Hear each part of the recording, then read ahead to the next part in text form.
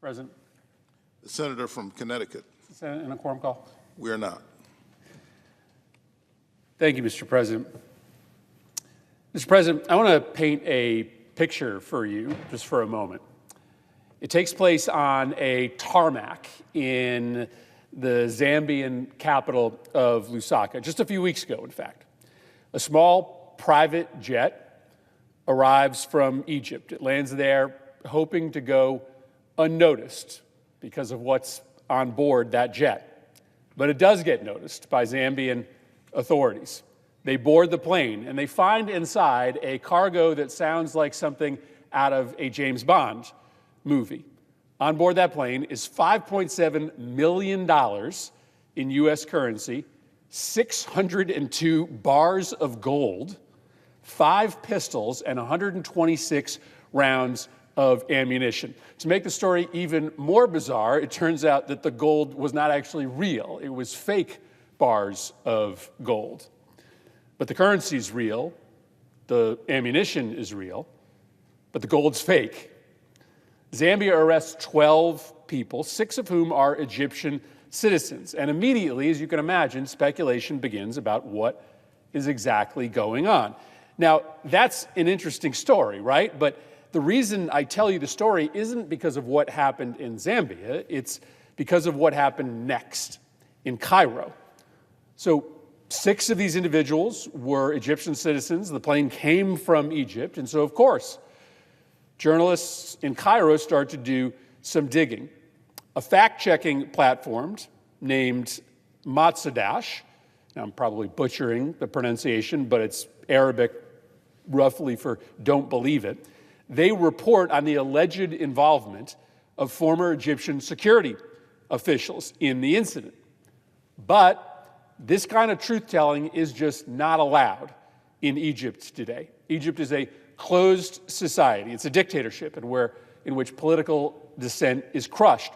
The free press is essentially non-existent, and as a consequence, top officials are allowed to enrich themselves without any accountability. So what happened to the journalists at Matzadash is interesting, but it's frankly par for the course in Egypt. Here's what happened. In response for doing this reporting, Egyptian security officials went straight to the home of the journalist. They raided his home. They forced him to log on to his computer as they were there, and they forced him to delete the Facebook posts about the outlets, about the issue at hand. Egypt just wanted this story to disappear, and they were willing to do whatever it took to make this happen. Now, we may never know the full story of what happened in that airport, what was going on with that plane, but what we do know is that the Egyptian government's reaction is part of a completely predictable pattern to muzzle and silence the truth-tellers by force. Beyond these attacks on Matzadash, 2 other journalists covering the episode were also detained immediately after without charge.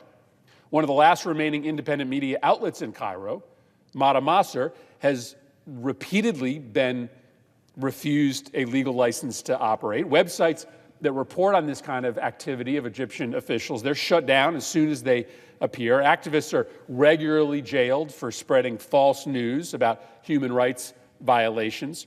Over and over again, the government's playbook is just the same. Shut down voices that are critical of the government. Throw in jail people who don't comply.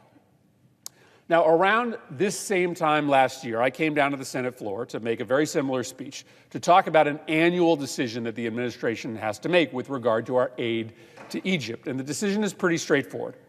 Now, Congress, in a bipartisan way, cares about this campaign of brutal repression against the press and political dissent in Egypt. That's why our annual appropriations bill limits the amount of money the administration can send to Egypt, depending on the government's human rights record. Specifically this year, Congress has said that $320 million of the aid we send, which is roughly about a quarter of the aid, can't go to Egypt unless the administration certifies that Egypt has made real progress on these questions of political climate, $85 million of which is tied to the release of specific political prisoners, and the remaining $235 million on broader improvements on questions of human rights and democracy. Now, I just want to be honest with you. In the past, the Bush administration, the Obama administration, the Trump administration, they just routinely waived these conditions and sent the full amount with any real progress. They said it was about American national security without any actual evaluation as to what the consequence of withholding money would be to our national security. But to the Biden administration's credit, over the past 2 years, they have withheld a portion of Egypt's military aid because of these human rights violations. And last night, as I was writing this speech, the administration rightly decided to withhold that first tranche, $85 million, tied to the release of political prisoners, because there's just no question there has not been enough progress. Why do we know that? Because, well, Egypt released and has released more than 1,600 political prisoners since early 2022. That's good news. During that same time, they have jailed 5,000 more. So for every political prisoner that Egypt releases, 3 more are jailed. That's 1 step forward and 3 steps back. That's not the kind of clear and consistent progress in releasing political prisoners that the law requires. The administration was right to withhold the $85 million. But what about the remaining $235 million? I'd argue that the answer is just as simple. The Biden administration needs to hold the line. As evidenced by the response to the fake gold-filled plane, political repression is getting worse, not better, in Egypt. Now, every year there are some people who argue that even though Egypt really hasn't made any progress on human rights, they should get the money anyway in the name of national security.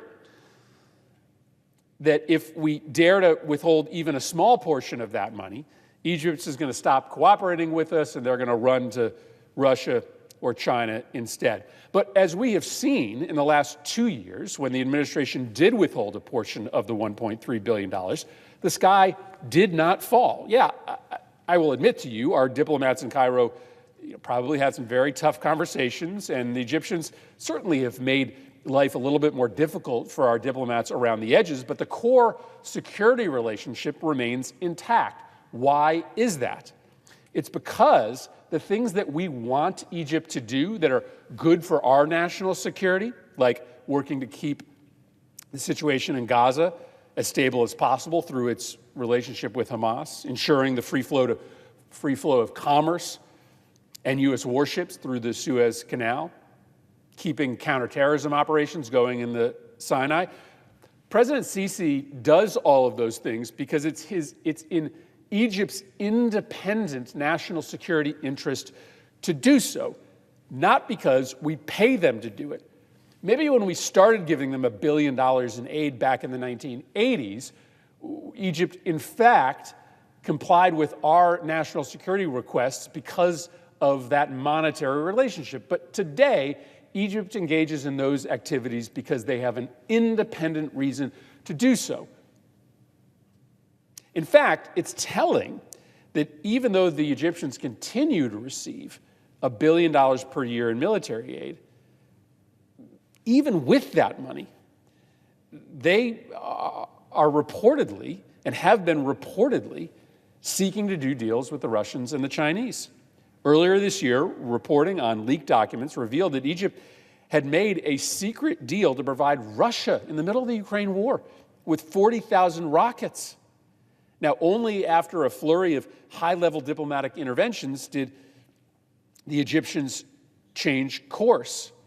And despite a reported request in March of this year from Secretary Austin for Egypt to help Ukraine, the Egyptians have not yet done so.